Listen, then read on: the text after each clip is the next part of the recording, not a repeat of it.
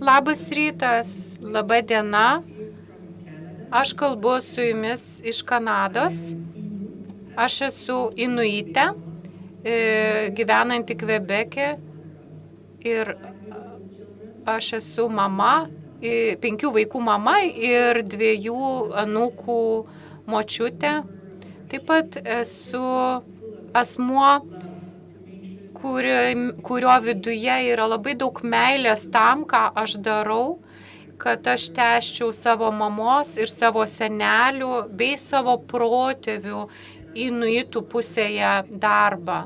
Taip pat aš labai vertinu savo Kvebeko kultūros dalį, kurį nešiojasi savo dvasioje. Aš esu kilusi iš labai ilgos istorijos ir labai didelės kartų traumos, ir kuri buvo perkelta mūsų kartai. Todėl aš noriu padėkoti šios žemės žmonėms, kurie čia gyveno tūkstančius metų ir mums primena, kad vietos tautų žmonės yra galingi, gražus ir kad net siekiant viskas buvo padaryta, kad jie būtų ištrinti nuo žemės paviršiaus, jie ir toliau mane pripažįsta.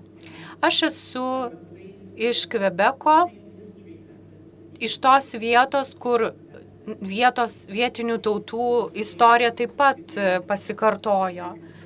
Ir šiandien mes kalbame apie susitaikymą skirtingose valstybėse, net Kanadoje, bet dar mes kalbame ir apie taip, kaip mes pripažįstame arba kaip mes suprantame tą žodį susitaikymas ir kaip mes jį atiduodame kitiem žmonėm, kurie yra šalia mūsų. Tai ašgi dėkoju už vietiniams tautų žmonėms ir taip pat aš dėkoju organizatoriams už tai, kad mane pakvietė, bet aš tikiuosi, kad mano kalboje aš galėsiu jums perteikti bent šiek tiek, kaip mes tapome tuo, kas esame šiandieną. Taigi aš šiek tiek turiu papasakoti istoriją, kuri galbūt jums primins kažką, atgaivins kažką jūsų širdyje. Tai ne tik mano istorija, tai yra istorija žmonių, kurie Kanadoje nuėjo tą patį kelią kaip ir aš. Aš buvau komisijos narė ir ta komisija tyrė vietos tautų moterų dingimo ir nužudimo atvejus. Aš buvau labai ilgai komisijos narė ir aš išklausiau labai daug pasakojimų žmonių, kurie prarado savo mylimas moteris, dukras ir seseris ir panašiai. Ir jie kreipdavosi į mus su užklausomis.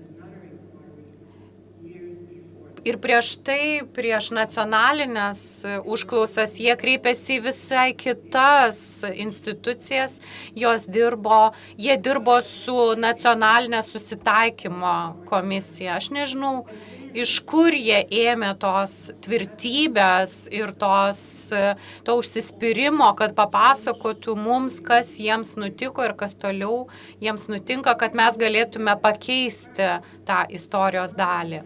Bet prieš grįždama prie savo pasakojimo, aš noriu pasakyti, kad tos patirtis ir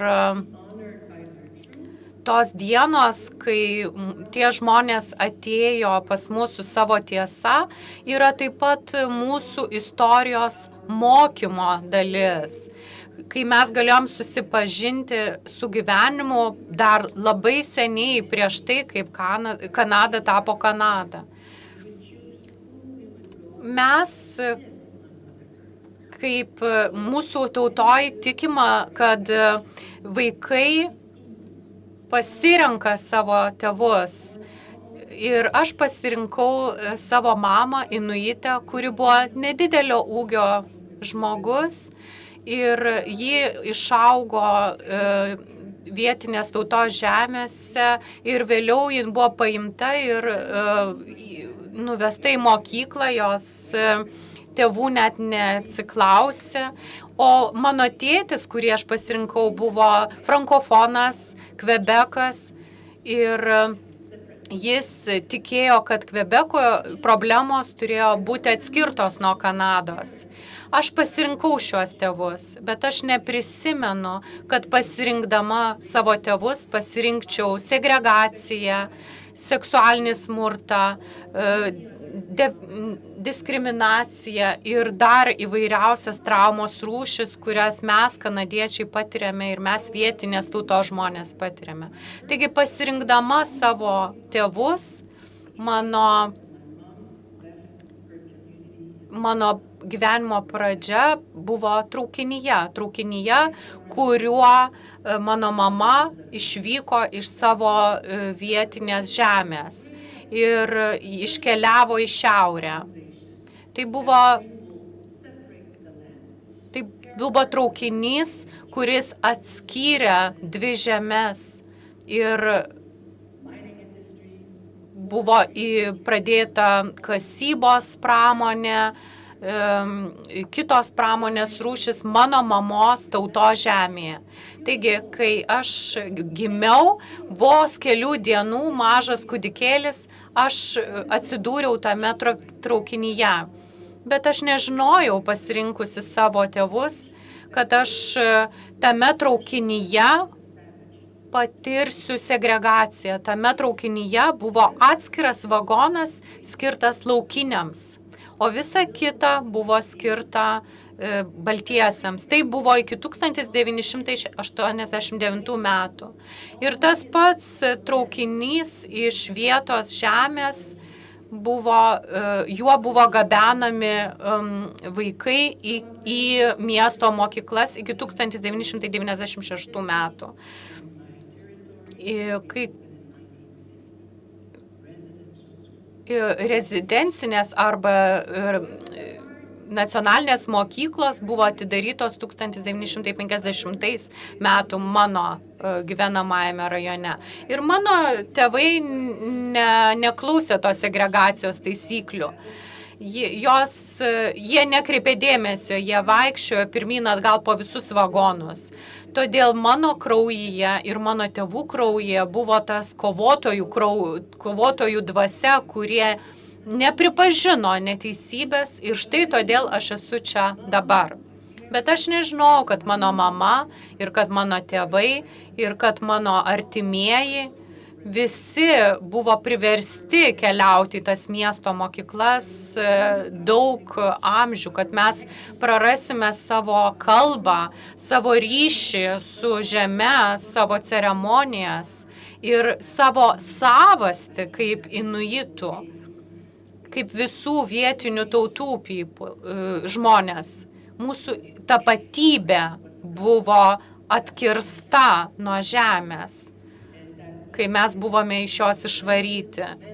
Ir toje žemėje pasiliko mūsų maistas, mūsų identitetas, mūsų vaistai ir viskas buvo sukrėsta, mes buvome išvaryti. Ir žmonės, kurie atėjo iš pašalies, jie teigia, kad dabar ta žemė priklauso jiems. Taigi tai yra istorija, mano šeimos istorija ir daugelio žmonių istorija. Tada mes supratome, mes kenčiame, mes nesuprantame kodėl, mes kartais apsimetame, kad viskas gerai ar pabandome normalizuoti situaciją, bet iš tikrųjų mes jaučiame kančią. Bet yra įvairių lyderių vietinių tautų, kurie išgirsta, kad yra tokia komisija susitaikymo, tiesos ir susitaikymo komisija, kurie gali mums padėti, kurie gali atkurti tą tiesą. Ir atrodo, kad aš taip pat buvau tos istorijos dalis. Aš buvau priverstas persikelti, aš buvau priverstas melstis kitam Dievui. Aš buvau priverstas atsisakyti savo dvasingumo, savo kalbos, arba buvau atskirtas nuo savo šeimos, nuo savo žmonių, nuo savo brolių ir seserų, išmestas iš savo namų. Taigi jie stojo į tą eilę ir paaiškino mums savo tiesą. daugelį metų, 7 metus, žmonės mūsų komisijoje pirmą kartą pasakojo savo istoriją. Ir kai kurie žmonės darė tai keletą kartų ar daug kartų. Bet mums tai buvo pirmoji gyvenimo mokykla, kuri paaiškino, kad mūsų tėvai buvo atitolę nuo mūsų fiziškai, emociškai, dvasiškai. Jie buvo tarsi dvasios be sielos. Jie buvo tiesiog negyvi viduje ir jie tą traumą perdavė iš kartos į kartą. Taigi aš labai dėkinga už drąsą tiems žmonėms, kurie nepabijojo pasakyti tiesos. Jie pasakė, ką jie turėjo pasakyti ir ką jie pamatė. Ir jie tą traumą, jie nešiojosi savyje labai daug metų iš kartos į kartą. Ir kai jie kalbėjo, jų vaikai, jų vaikaičiai, jų tėvai, jų broliai ir seserys pirmą kartą išgirdo tą tiesą. Ar jūs galite įsivaizduoti, kaip skausminga, bet kaip galinga buvo išgirsti tą tiesą? Aš negaliu įsivaizduoti, tad man tai sukelia didžiulę pagarbą. Mes negalėjome apsimesti, kad kažkas vyko Afrikoje ar kažkur kitur, bet Kanada yra geriausia pasaulio šalis ir čia negali tai būti. Tačiau apsimesti mes nebegalėjome, nes vietinės tautos įrodė, naudodamėsi teisės sistema, įstatymais, mes taip pat kreipėmės į Vašingtoną, į jungtinės tautas, mes visur kartojame tą pačią tiesą, arba patys pasakojame savo istoriją. Tai taip, Kanada turėjo pripažinti, kad tai buvo kultūrinis genocidas. Tačiau daugeliui mūsų tos dienos, kai visa tai vyko, kultūrinis genocidas, kalbant apie kiekvieno iš mūsų istoriją, mes negalime pasakyti, tai per stiprus žodis. Kodėl mes vartojame tą žodį kultūrinis genocidas? Aš buvau jauna mama anuomet. Mano pirmagimis sūnus buvo darželyje arba lopšelyje ir jo auklėtoja buvo iš Ruandos. Ir ji pasakojo mums, kaip ji pabėgo iš savo šalies, kad galėtų išgyventi, kaip ją slėpė po lavonais, nes jos žmonės buvo masiškai žudyti, jos tauta buvo masiškai žudyta. Ir tai buvo genocidas, man tai buvo genocidas. Man ta moteris iš Ruandos pasakė, kas yra genocidas. Tad, kai aš išgirdau kultūrinis genocidas, mes, daugelis iš mūsų, galvojo, ne, tai nėra tas pats, kas masinės žudynės, nes ne, taip negali mums būti. Tačiau taip veikia smegenų plovimas, jie mus atitraukė, atkirto nuo mūsų tautos istorijos, nuo mūsų tautos realybės, kultūros ir jie praplovė mūsų smegenis, kad mes taptume Kanados piliečiais ir mes turėjome vartoti tik vieną apibrėžtį. Tai tarsi buvo, liūdnas momentas Kanados istorijoje ir viskas. Tad aš turėjau persvarstyti, kaip aš apibrėžiu vieną ar kitą situaciją ar įvykį. Ir man buvo labai aišku, kad kai mes pradėjome tirti nacionaliniu mastu dingusias ir nužudytas vietinių tautų moteris, aš ieškojau teisininko. Aš tada įsijungiau į kitą judėjimą ir galiausiai mes visi sutarėme, kad išklausius daugiau nei 3000 šeimų narių, kad jie galėjo būti laikomi liudytojais. Ir mes supratome, kad tai buvo ne tik kultūrinis genocidas, kad tai buvo seksualinis genocidas, kad tai buvo genocidas, naikinimas lyties pagrindu. Tai buvo genocidas, remiantis tuo, ką mums pasakė žmonės. Taigi, aš kalbėjau su komisijos nariais ir jie aiškiai pasakė, tai buvo genocidas, ne kultūrinis genocidas, tiesiog genocidas. Ir aš nesu anglofonė. Aš pasakiau, na gerai, jums lengva kalbėti, kai jūs kalbate su žmonėmis, kurie supranta, kas yra genocidas. Tačiau tiem žmonėms, kurie patys patyrė šią istoriją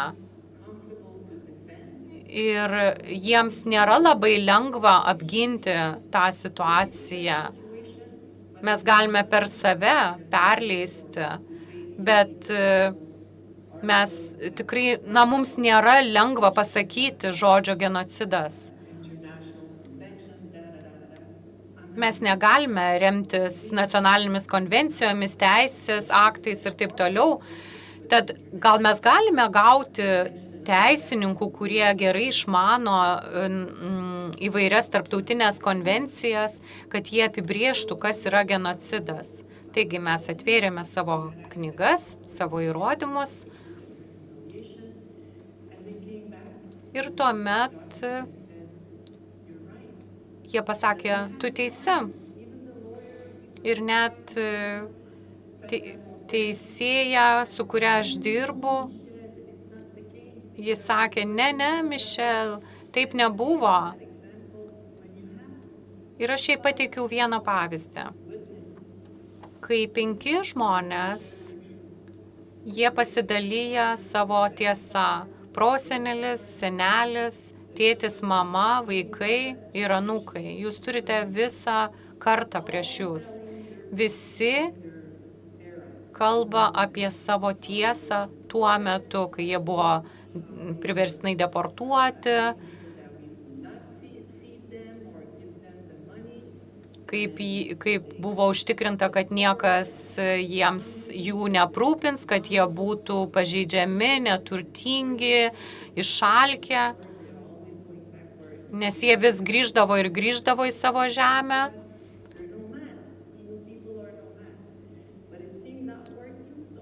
Tada ryškiai tiesiog pasirūpino, kad jie nieko negautų valgyti. Viską iš jų atimtų, kad jie negalėtų medžioti ir naudoti žemę. Bet to dar nebuvo gana. Mes tiesiog nusiųsime kunigą, kuris metais prievartaus jaunus berniukus ir jaunas mergaites, juos traumuos, bet niekas apie tai nekalbės. Na, o galiausiai paskutinę kartą ateis ir pasakys, mane taip išnaudojo visi ir visa sistema, kad aš iki mirties nusigėriau, arba aš save žalojau, arba nusižudžiau. Ir mes visi klausėme to. Tai prezidencinė mokykla, kolonizacija, deportacija. Viena mama prarado kelis kūdikius ir ji nežino, kur jie yra, ar jie mirė. Už upės juos išvežė greitoji pagalba ir niekas jai net nepranešė, ar tie kūdikiai mirė, ar jie gyvi ir nuo ko jie mirė, jeigu jie mirė. Taigi aš tai teisėjai pasakiau, vien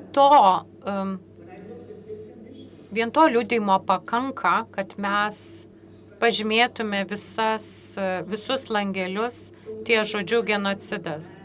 Taigi mes verkėme, mes pykome ir mes dar kartą apgalvojome ir nusprendėme, kad valstybė neteisingai imasi šio reikalo bet viskas, kas vyko su vietos tautom, buvo genocidas. Viską galima pavadinti žodžiu genocidas. Žinoma, šalis buvo sukrėsta. Realybė buvo tokia, kad visi tikėjo, kad kanadiečiai yra nuostabi tauta, gera šalis ir kartais mes puikiai gyvename, bet už to šydo yra žmonės, kurie kenčia. Bet per mūsų meilę, per mūsų galę, per mūsų atsparumą, kovą už save ir kitą tautą, už mūsų anūkus, kurie dar negimė, tai mūsų atsakomybė pasakyti tiesą. Tad kai mes, vietinės tautos, pasirenkame savo tėvus, nes mes pagal mūsų legendą kūdikiai gyvena žvaigždėse, nusižiūri savo tėvus ant žemės ir mes nesirenkame rasizmo, segregacijos, diskriminacijos. Mes vieną rytą atsikėlę nenusprendžiame, kad aš kovosiu už žmogaus teisės. Tai mums duota. Ir kartais vieni eina tuo keliu, kiti savo gyvenimą užbaigia, nes jiems yra per sunku, o treti tiesiog susitvarko, susidoroja su tą traumą. Taigi, grįžkime į tą traukinį ir pakalbėkime apie mano tautos atsparumą ir apie kaimyninių vietinių tautų atsparumą. Taigi nėra daugiau segregacijos. Mes dabar priimame žmonės iš visur, iš kur jie atvažiuoja, juos maitiname, mes leidžiame neiti į mokyklą arba eiti į kurią mokyklą jie nori. Mes priimame visus žmonės ir jie patys renkasi, kaip jiems mokytis. Mes nupirkome tą traukinį ir mes sakome, jūs pabandėte mus ištrinti nuo žemės paviršiaus, bet mes čia toliau būsime ir dabar tas traukinys priklauso mums. Ir buvo tūkstančiai žmonių, kurie jau nebegyvena, bet daug iš jų vis dar yra ant motino žemės ir jie spaudžia federalinę vyriausybę su meile ar su bandymu įtikinimu, kad jie nepamirštų, kad susitaikymas yra, mes sutinkam ir atleidžiam, kad susitaikymas yra svarbus procesas.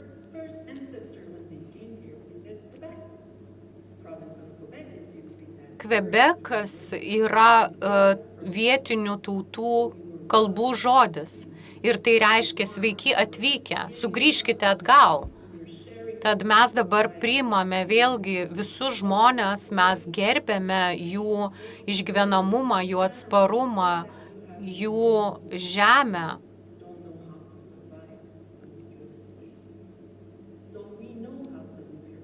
Taigi vietinių tautų žmonės, jie žino, kaip gyventi žemėje, kaip medžioti, kaip žvejoti. Ir jie priėmė atėjūnus, ar ne? Jie leido jiems gyventi savo žemėje. O jūs, atėjūnai, sutripėte mūsų laisvę, mūsų kultūrą ir mes galime jums atleisti, nes mes turime išgyti. Niekas nėra to paties lygmens, bet kartu mes turime gerbti vieni kitus. Antroji karta, tai ir aš, o mūsų vaikai yra trečioji karta, primena visų lygių valstybėms ir vyriausybėms, kad susitaikymas nėra labai natūralus dalykas, bet jis turi būti įrašytas į jūsų įstatymus ir priimtas jūsų parlamento, jūsų vyriausybės, kad jie prisimtų atsakomybę. Visi prisimtų atsakomybę, kad visi užtikrintų tą susitaikymo esmę. Ir kai aš pradėjau dirbti senate, buvo išleistas įstatymo projektas C29 ir vienas iš veiksmų pagal tą įstatymą buvo, kad žmonės dalytųsi savo liudijimais, o komisija turėjo įsteigti atskaitomybės mechanizmą, kuris privers visas vyriausybės pasakyti, ką aš padariau gerai ir ką aš padariau blogai, kodėl aš kažko nenoriu padaryti, ką aš neigiu. Tad išorinė nepriklausoma šalis turi stebėti vyriausybės darbą ir jie turi prisimti atskaitomybę.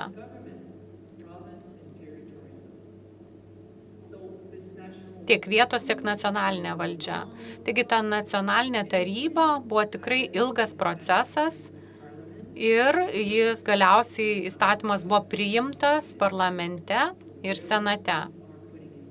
Ir štai dabar mes jau turime visiškai pirmą istoriją, susitaikymo nacionalinę istoriją, kuri įpareigos federalinę vyriausybę atsiskaityti už tai, ką jie padarė dėl vietinių tautų ir ko jie nepadarė.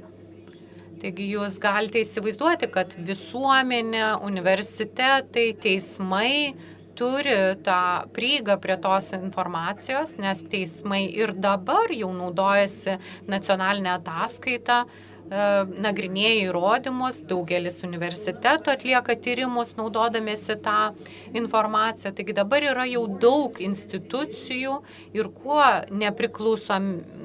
didesnė bus jų nepriklausomybė, tuo didesnė atskaitomybė arba atsakomybė turės prisimti būsimos vyriausybės. Ir kalbant apie skaidrumą ir atskaitomybę, jie buvo įtvirtinti teisės aktuose. Kanadoje tai yra įpareigojimas ir yra užklausos pagal šį įstatymą kasmet.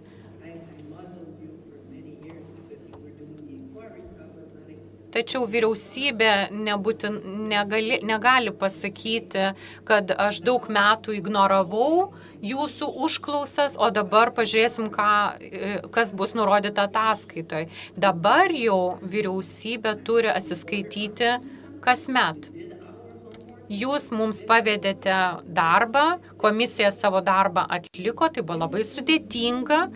Mes atvėrėme labai daug žaizdų, savo žaizdų ir savo tautos žmonių žaizdų, kurias jie bandė paneigti arba nuslopinti. Ir dabar mes norime iš jūsų gauti ataskaitą, ką jūs darysite toliau. Taigi mums svarbu, kad žemėje, mūsų žemėje, kiekvienas žmogus, kiekvienas pilietis galėtų pasidalyti savo tiesą, papasakoti savo istoriją valstybei ir be jokių atgalinių veiksmų, kad jo gyvybei negrėstų pavojus, kad jam niekas negrasintų. Mums reikia tų saugių vietų, kur aš ir jūs galite pasakyti savo tiesą ir kur man ir mano kartai ir kitoms kartoms bus suteikta pagalba. Bet kurioj šalyje, ar jūsų šalyje, ar jūsų kaimyninėje šalyje, turi būti užtikrinta, kad jurisprudencija gali būti naudojama bet kuriame mieste ir bet kuriame tarptautinėme institute, kad mums būtų lengva vieni kitiems padėti. Žinoma, tai nėra lengva, bet technologija mums padės, mes galime susisiekti labai greitai vieni su kitais. Tad kiekvienas žingsnis, kurį mes žengėme, kiekvienas veiksmas, kurį mes atliekame, mes nebūtinai jo pastebime, bet labai svarbu jį žengti, labai svarbu jį padaryti, nes ne tik man, bet tai gali būti svarbu mano dukrai, mano sūnui, nes mes nesame savanaudžiai. Mes darome, ką galime padaryti be jokių išankstinių lūkesčių. Nes pakeisti mąstyseną yra sunku, bet mes galime žengti mažais žingsneliais ir laimėti po truputį, po vieną mūšį kasdien. Tad aš labai linkiu Jums geros konferencijos, geros diskusijos, galbūt apsikabinimų, pajokavimų, kad ir kas būtų Jums svarbu, bet čia Jūs turite seserį ir į mano biure visi kolegos, mes siunčiame Jums daug meilės, Jūs mums rūpite ir mes norėtume būti su Jumis kartu.